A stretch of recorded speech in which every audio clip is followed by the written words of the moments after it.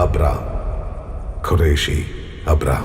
Guys, ഈ Lucifer cinema ഇറങ്ങിയ ടൈമിൽ എനിക്ക് നല്ല രീതിയിലുണ്ടായ ഒരു ഡൗട്ടാണ്, ഈ ഖുറേഷി അബ്രഹാം എന്ന് പറഞ്ഞ ഈ ഒരാൾ ശരിക്കും റിയൽ ലൈഫിലുള്ള ഒരു ക്യാരക്ടറാണ്. ലൂസിഫർ സിനിമ ഇറങ്ങിയ ആ ഒരു ടൈമിൽ ഞാൻ ഇതിനെക്കുറിച്ച് വലിയ രീതിയിലൊന്നും അന്വേഷിച്ച് പോകാൻ വേണ്ടിയിട്ട് നിന്നില്ല. ഇപ്പൊ കുറച്ച് ദിവസം മുമ്പാണ് നമ്മളെ എമ്പുരാന്റെ ട്രെയിലർ ഇറങ്ങിയത്. അതിൽ നമ്മളെ മോഹൻലാലിന്റെ ആ ഒരു ഖുറേഷി അബ്രഹാം എന്നുള്ള ആ ഒരു ക്യാരക്ടറിനെ എല്ലാം കണ്ട് നല്ല രീതിയിൽ ഷോക്കായി നിൽക്കുമ്പോൾ ഇതിനെക്കുറിച്ച് ഒന്ന് അന്വേഷിച്ചാലോ എന്ന് എനിക്ക് തോന്നിയത്. ഞാൻ യൂട്യൂബിൽ ഇതിനെക്കുറിച്ച് മുമ്പ് ആരെങ്കിലും വീഡിയോ ഇട്ടിട്ടുണ്ടോ എന്നെല്ലാം ചെക്ക് ചെയ്ത് നോക്കി. പക്ഷേ ഇതിനെക്കുറിച്ച് ഡീറ്റെയിൽ ആയിട്ട് ആരും ഇതുവരെ ഒന്നും പറഞ്ഞിട്ടില്ല. ശരിക്കും പറഞ്ഞാൽ ആരായിരിക്കും ഈ ഖുറേഷി അബ്രഹാം? നമുക്കൊന്ന് നോക്കി വെക്കാം. നമ്മൾ ഗൂഗിളിൽ ജസ്റ്റ് ഒന്ന് ഖുറേഷി അബ്രഹാം എന്ന് സെർച്ച് ചെയ്ത് നോക്കുമ്പോൾ സ്വാഭാവികമായിട്ടും നമ്മളെ മോഹൻലാലിന്റെ ഡീറ്റെയിൽസ് തന്നെയാണ് വരുന്നത്. പക്ഷെ അതിനിടക്കാൻ വല്ലാണ്ട് കൺഫ്യൂഷൻ ആക്കി പോയെന്നാണ്. ഖുറേഷിന്റെ കേലും തുടങ്ങുന്നുണ്ട്, ക്യൂലും തുടങ്ങുന്നുണ്ട്. ഇതിൽ ഏതാണ് ഒറിജിനൽ? അത് രണ്ട് രീതിയിൽ സെർച്ച് ചെയ്ത് നോക്കുമ്പോൾ മോഹൻലാലിന്റെ പേരിനെ വരുന്നത്. ഞാൻ ഒരുപാട് വെബ്സൈറ്റിൽ കയറി തപ്പി നോക്കി. പക്ഷേ ഈ ഖുറേഷി അബ്രഹാം എന്ന് സെർച്ച് ചെയ്ത് നോക്കുമ്പോൾ മോഹൻലാലിന്റെ ഡീറ്റെയിൽസ് തന്നെയാണ് സ്വാഭാവികമായിട്ടും കൊടുക്കുന്നത്. പക്ഷേ ഇതെനക്ക് അങ്ങനെ ഉപേക്ഷിക്കാൻ പറ്റുന്നില്ല കേസ്. എന്ന് വെച്ചിട്ടുണ്ടെങ്കിൽ ഈ ഒരു പേര് ഇതെനക്ക് എവിടെയോ ഒരു റിയൽ ലൈഫുമായിട്ട് സാമ്യമുള്ള പോലെ തോന്നുന്നു. അങ്ങനെ കുറേ നേരം പരതി നിൽക്കുമ്പോൾ നമ്മുടെ സ്വന്തം വിക്കിപീഡിയയിൽ ഒരു പേര് കിട്ടുന്നത് അബ്ദുൾ സുഹബാൻ ഖുറേഷി, NIA-യുടെ വാണ്ടഡ് ലിസ്റ്റിലുള്ള ഒരു പ്രതി. NIA എന്ന് വെച്ചിട്ടുണ്ടെങ്കിൽ നാഷണൽ ഇൻവെസ്റ്റിഗേഷൻ ഏജൻസി. ഇന്ത്യയിലെ ഒസാമ ബിൻ ലാദൻ എന്നറിയപ്പെടുന്ന ഒരു വാണ്ടഡ് ക്രിമിനലാണ് ഈ പറയുന്ന ഖുറേഷി. എന്ന് വെച്ച് ലൂസിഫർ സിനിമയിലെ ഖുറേഷി അബ്രഹാം ഈ ഒരു ഖുറേഷി ആണെന്നല്ല ഞാൻ പറയുന്നത്. ലൂസിഫർ സിനിമയിൽ അത് വെറും ഒരു സാങ്കല്പിക കഥാപാത്രം മാത്രമാണ്. ഞാൻ ഉദ്ദേശിക്കുന്നത് എന്ന് വെച്ചിട്ടുണ്ടെങ്കിൽ ഈ ഖുറേഷി അബ്രഹാം എന്നുള്ള പേര് അത് റിയൽ ലൈഫിൽ ഏതെങ്കിലും വലിയ തീവ്രവാദിന്റെ പേരായിട്ടാണോ എന്നാണ് ഞാൻ നോക്കിക്കൊണ്ടിരിക്കുന്നത്. അല്ലാണ്ട് എമ്പുരാന്റെയും ലൂസിഫറിന്റെ എല്ലാം കഥ വെറും സാങ്കല്പികം മാത്രം. അപ്പം നമുക്ക് ഈ സെർച്ച് ചെയ്തപ്പോൾ കിട്ടി ഈ ഒരു തീവ്രവാദിയായ ഖുറേഷിനെ കുറിച്ച് പറയുകയാണെങ്കിൽ നമ്മൾ ഇന്ത്യയിൽ തന്നെ പ്രധാന നഗരങ്ങളായ ബാംഗ്ലൂർ, അഹമ്മദാബാദ്, ഡൽഹി എന്നീ സ്ഥലങ്ങളിലെ സ്ഫോടനങ്ങൾക്ക് പ്രധാന ഉത്തരവാദിയാണ് ഈ പറയുന്ന ഖുറേഷി എന്നാണ് ഇതിൽ പറയുന്നത്. മാത്രമല്ല 2006 ജൂലൈ 11 മുംബൈയിൽ ഒരു ട്രെയിൻ സ്ഫോടനം ഉണ്ടായിനി. അതിൽ ഇയാൾ ഉത്തരവാദിയാണെന്നാണ് പറയപ്പെടുന്നത്. അതുകൊണ്ട് തന്നെ ഇപ്പം പിടികിട്ടാ പുള്ളിയായിട്ട് NIA-ന്റെ വാണ്ടഡ് ലിസ്റ്റിലുള്ള ഒരു പ്രതിയാണ് ഈ പറയുന്ന ഖുറേഷി. പക്ഷേ ഇത് പോരാ കേസ്. എനിക്ക് ഈ ഖുറേഷി അബ്രഹാം എന്നുള്ള ഒരു സെയിം പേരുള്ള ഏതെങ്കിലും ഒരു തീവ്രവാദിനെ വേണം. ഇയാൾ ഏതോ ഒരു അബ്ദുൾ ഖുറേഷി ആയിട്ടാണ്. പക്ഷെ എനിക്കതല്ല വേണ്ടത്. എനിക്ക് അബ്രഹാം ഖുറേഷിയാണ് വേണ്ടത്. അബ്രഹാം ഖുറേഷി അല്ലെങ്കിൽ ഖുറേഷി അബ്രഹാം ഇങ്ങനത്തെ ഏതെങ്കിലും ഒരു പ്രാന്തൻ ഈ ലോകത്തുണ്ടോ എന്ന് അറിയാൻ വേണ്ടി പരതി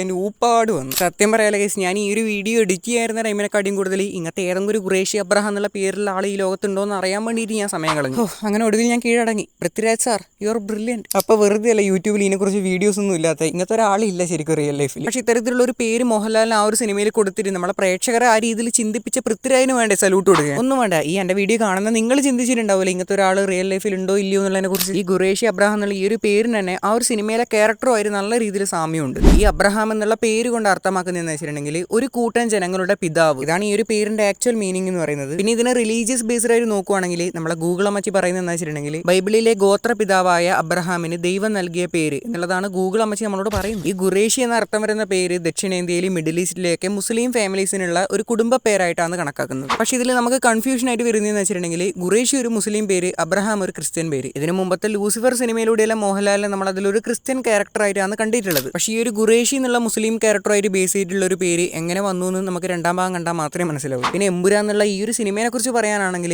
മലയാളത്തിൽ ഈ അടുത്ത കാലത്തൊന്നും വേറെ ഒരു സിനിമക്കും കിട്ടാത്ത അത്രയും ഹൈപ്പാണ് ഈ ഒരു സിനിമക്ക് കിട്ടിയിട്ടുള്ളത്. ഗൈസ്, ഇതിനു മുമ്പ് വരെ തലപതി വിജയന്റെ ലിയോ സിനിമയാണ് 12 കോടി എന്നുള്ള ഫസ്റ്റ് ഡേ റെക്കോർഡ്, ചരിത്ര റെക്കോർഡ് ഉണ്ടാക്കി വെച്ചത്. പക്ഷേ ശ്രദ്ധിക്കേണ്ട കാര്യം എന്ന് വെച്ചിട്ടുണ്ടെങ്കിൽ ആ ഒരു ചരിത്ര റെക്കോർഡ് ഇനിയും കുറേ ദിവസം റിലീസ് ആവാൻ വേണ്ടി ബാക്കി നിൽക്കെ മോഹൻലാലിന്റെ എമ്പുരാൻ സിനിമ മറികടന്നു. പക്ഷേ ഞെട്ടേണ്ട കാര്യം അതല്ല, ആ മറികടന്നത് വെറും പ്രീ സെയിൽ കളക്ഷനിലൂടെ മാത്രമാണ്. പിന്നെ വേറൊരു സത്യാവസ്ഥ എന്ന് വെച്ചിട്ടുണ്ടെങ്കിൽ എനിക്ക് ഇതുവരെ സിനിമയുടെ ടിക്കറ്റ് കിട്ടിയില്ല. കുറേ ആൾക്ക് ടിക്കറ്റ് കിട്ടി എന്നാണ് റിപ്പോർട്ട്. പക്ഷേ അസേം മോഹൻലാൽ ഫാൻ ഫസ്റ്റ് ഡേ എനിക്ക് ടിക്കറ്റ് കിട്ടാത്തതുകൊണ്ട് തന്നെ വളരെയധികം കുണ്ഠിതപ്പെട്ടിരിക്കുകയാണ്. പൊതുവേ ഞാൻ എല്ലാ സിനിമയും റിവ്യൂ നോക്കിയിട്ടേ കാണാൻ പോകാറുള്ളൂ. പക്ഷേ ഈ ഒരു സിനിമയ്ക്ക് ഞാൻ ഒരു തേങ്ങയും നോക്കാൻ പോകുന്നില്ല. കാരണം ഈ ഒരു പടം ഞാൻ ഒരുപാട് നാളായിട്ട് കാണാൻ ആഗ്രഹിക്കുന്ന ഒരു സിനിമയാണ്. മോഹൻലാലിന്റെ ഈ അടുത്ത് വന്ന സിനിമയെല്ലാം കണ്ടിന്യൂസ് ആയിട്ട് പരാജയപ്പെട്ടുകൊണ്ടിരിക്കുന്നു. പക്ഷേ ഈ ഒരു സിനിമയിലൂടെ മോഹൻലാൽ നല്ലൊരു കംബാക്ക് നടത്തുന്നത് തന്നെയാണ് ഓരോരോ മലയാള സിനിമാ പ്രേമിയും ആഗ്രഹിക്കുന്നത്. അതിനിടക്ക് വേറൊരു കാര്യം, ഞാൻ ഇതിനിടക്ക് മലയാളത്തിലെ പ്രശസ്തനായ ഒരു യൂട്യൂബർ ഒരു വീഡിയോ കണ്ടു. അതേ സാക്ഷാൽ ചെകുത്താൻ. ഈ എമ്പുരാന്റെ ട്രെയിലറൊക്കെ കണ്ടു കൊള്ളാന്നൊക്കെ ഞാൻ പറഞ്ഞില്ല.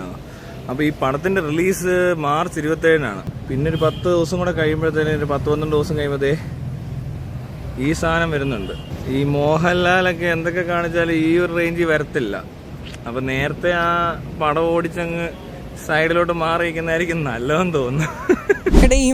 ഇവനെ എന്താടാ പറയേണ്ടത്? ഗൈസ്, എൻ്റെ പരിചയത്തിൽ തന്നെ എത്ര മമ്മൂട്ടിൻ്റെ ആരാധകർ മോഹൻലാലിൻ്റെ ഈ ഒരു ലൂസിഫർ സിനിമ കാണാൻ വേണ്ടി ആഗ്രഹിച്ചിരിക്കുന്നുണ്ട് അറിയാം. നമ്മളെ ഫാൻ ഫൈറ്റിൽ ഉണ്ടാവാറുണ്ട്, പക്ഷെ അതിലൊരു ലിമിറ്റ് വെച്ച് മാത്രം. പക്ഷേ ഈ കാണുന്നതെല്ലാം കുറച്ച് ഓവറായിട്ടാണ് എനിക്ക് ഫീൽ ചെയ്യും. ഗൈസ്, വേറൊരു കാര്യം പറയാനുള്ളതെന്ന് വെച്ചിട്ടുണ്ടെങ്കിൽ ഞാൻ ഇന്ന് രാവിലെ വീട്ടിൽ മനോരമ പത്രം എടുത്ത് നോക്കുമ്പോൾ അതിൽ ലൂസിഫർ സിനിമയെ കുറിച്ചൊരു വാർത്ത. ഗൈസ്, നിങ്ങൾ ആരും മെനക്കേണ്ട, വാർത്ത ഞാൻ നിങ്ങളെ വായിച്ച് കേൾപ്പിച്ചു തരാം. പ്രധാന വാർത്തകൾ വായിക്കുന്നത് ഞാൻ. കൊച്ചി, വ്യാഴാഴ്ച ലോകമെമ്പാടും തിയേറ്ററുകളിൽ എത്തുന്ന മോഹൻലാൽ പൃഥ്വിരാജ് ചിത്രം എമ്പുരാന്റെ അഡ്വാൻസ് ബുക്കിംഗ് 63 കോടി കടന്നതായി റിപ്പോർട്ട്. ഇന്ത്യൻ സിനിമയിൽ തന്നെ ആദ്യമായിട്ടാണ് സിനിമ ഇറങ്ങും മുമ്പ് തന്നെ ഇത്രയും ടിക്കറ്റുകൾ വിറ്റ് പോകുന്നത്. ഇന്ത്യൻ സിനിമയിൽ ആദ്യമായിട്ടാ. അപ്പോൾ പുഷ്പ സിനിമക്ക് ആദ്യ ദിവസം 200 കോടി കിട്ടിയെന്നായിട്ടല്ലേ പറയുന്നുണ്ടായിനി. ഗൈസ് ഇതുവരെ എന്നാ ഉദ്ദേശിക്കുന്നതിന്റെ പേരിലുള്ള ലോജിക് എന്താണെന്ന് എനിക്ക് ഇതുവരെ മനസ്സിലായിട്ടില്ല. കേരളത്തിൽ മാത്രം 750 സ്ക്രീനുകളിലാണ് എമ്പുരാൻ പ്രദർശിപ്പിക്കുന്നത്. ചിത്രത്തിന്റെ മലയാളം പതിപ്പിനാണ് കൂടുതൽ അഡ്വാൻസ് ബുക്കിംഗ് നടന്നിട്ടുള്ളതെന്നാണ് സൂചന. 4 അന്യഭാഷകളിൽ ഇന്നലെയാണ് സെൻസർ നടപടികൾ പൂർത്തിയായത്. ഇവയുടെ ബുക്കിംഗ് കണക്കുകൾ കൂടി ഇന്നു മുതൽ കൃത്യമായി ലഭിക്കുമ്പോൾ പ്രീ റിലീസ് ബുക്കിംഗ് 100 കോടിയാകുമോ എന്നാണ് ചലച്ചിത്ര ലോകം ആകാംക്ഷയോടെ നോക്കുന്നത്. എൻ്റെ അമ്മ അതാറ്റ സംഭവിച്ചിട്ടുണ്ടെങ്കിൽ പിന്നെ ചരിത്രം. ആദ്യ ദിവസം തന്നെ മലയാള സിനിമ 100 കോടി കിട്ടുമെന്ന് എനിക്ക് ഉറപ്പിച്ച് പറയാൻ പറ്റില്ല. പക്ഷേ ഈ ഒരു സിനിമ ഇത് മലയാളത്തിൻ്റെ ഒരു ബെഞ്ച് മാർക്ക് ആയിരിക്കും. ഇനി ഈ ഒരു സിനിമയെ കുറിച്ചുള്ള നിങ്ങളുടെ അഭിപ്രായം കമന്റ് ബോക്സിൽ അറിയിക്കുക. പിന്നെ വീഡിയോ ഇഷ്ടപ്പെട്ടിട്ടുണ്ടെങ്കിൽ സബ് ചെയ്ത് സപ്പോർട്ട് ചെയ്യുക. എന്ന് വെച്ചിട്ടുണ്ടെങ്കിൽ നിങ്ങളുടെ സപ്പോർട്ട് മാത്രമാണ് ഗൈസ് നമ്മുടെ വിജയം.